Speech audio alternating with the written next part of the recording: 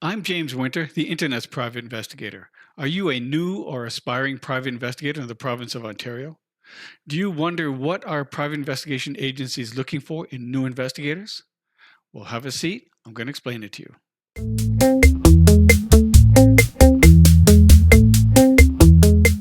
You're a new private investigator and you want to get started in your career.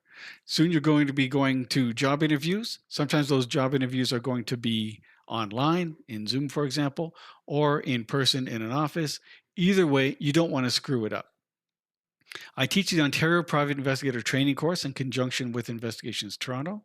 And one of the lessons I teach my students is what characteristics are private investigation agencies looking for when they're hiring a new investigator.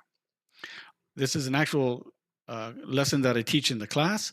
Let me bring you into it. And these are the slides that I use when I'm teaching my students. So you're going to get a sense of what my class looks like. So the lesson is called, What Characteristics Do Agencies Want in a New Investigator? Essentially, I nail it down to 4. 1 is attitude, 2 is availability, 3 is productivity, 4, of course, is following instructions. It's going to be important. Let's look a little bit deeper. Attitude. A positive attitude and enthusiasm is essential for a new investigator when he shows up at a job interview. If you're there for a surveillance position, be enthusiastic about surveillance. Don't talk about how one day you want to do investigative research. You're there for surveillance, be enthusiastic about surveillance. Your competition when you're new is older experienced investigators. But often those older experienced investigators come with a lot of baggage and with bitter attitudes. This is your superpower. Your positivity, your enthusiasm, your good attitude is what's going to set you apart from an experienced investigator who's already productive. He's already good at getting good results, but he comes with baggage. So when the new investigator shows up, has a positive attitude, has enthusiasm, agencies look at that very favorably and very often will tip the scale and get you the job over somebody else. I can give you an example in my own case where I went to my first private investigator job interview in 1996, a small company. There were 9 other investigators in the company already. I was looking to be number 10. The owner of the agency sat in his chair and he asked me a whole bunch of questions, one of which was, can you use a video camera? Now, I had almost never used a video camera. I held a video 1996. Not everybody has a video camera back then, and I'm 20 something years old. So I had held for the first time in my life, a video camera a couple of days earlier. And I said to him confidently, I can get video, no problem. Now I said this, I said, I don't promise you that I'm going to be the best video guy you've got.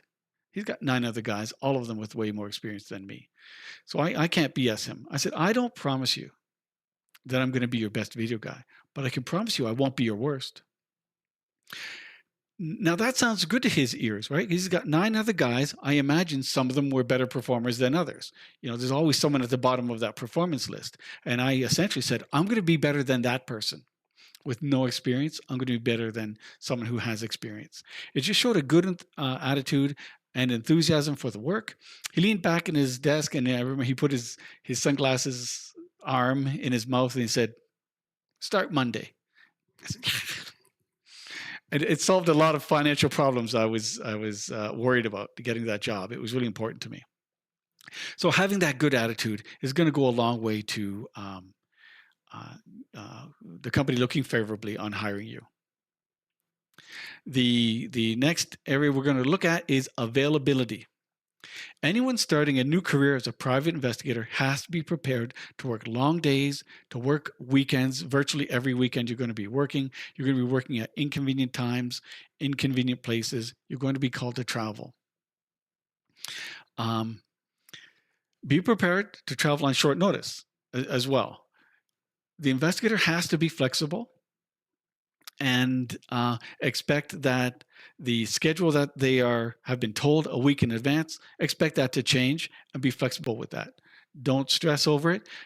The agency doesn't want to hear that, well, you've got a dental appointment you didn't tell anybody about. You've got to babysit your nephews, your nieces and nephews. If that's the case, you should have booked those days off in advance.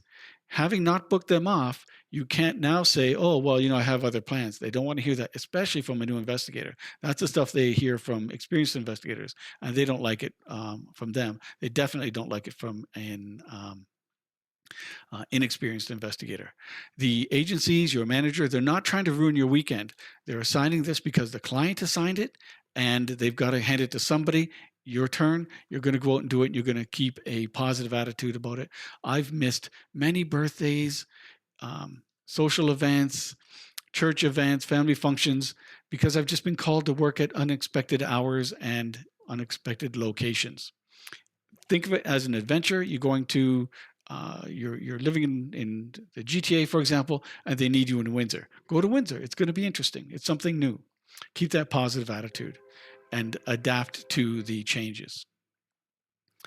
Number 3 on our list is productivity. Agencies understand that new investigators don't know how to do the work of an investigator, right? They know that you don't know how to do surveillance, and they're going to teach you. But in exchange, they're going to expect that you repay that training with productivity, that you learn the job reasonably quickly, and that you can put what you've been taught into practice. And that results in getting more video. They're going to need you to learn the work of a surveillance investigator, learn the camera, learn to follow people, and capture all of that on video. You're going to need to apply what you've learned in the field. Investigators need to be teachable and turn that teachability into productivity. If an investigator is slow to learn or they need their hand held, they won't be successful in a private investigation agency. This is not a government institution, right? This is a private agency that needs investigators who can learn quickly and apply what they've learned. 4th on the list, and possibly one of the most important ones, is the ability to follow instructions. I cannot stress the importance of a new investigator's ability to follow instructions that he receives from the client, from the agency, or from his manager. Nothing is as frustrating to an agency as an investigator who can't follow directions. Private investigators are naturally independent thinkers, and that's an asset. If they wanted to work in a regimented field, they would go be the police, right? But they don't become police because they're independent thinkers. But that's what we like about investigators. PIs, that's an essential attitude, that independent thinking style.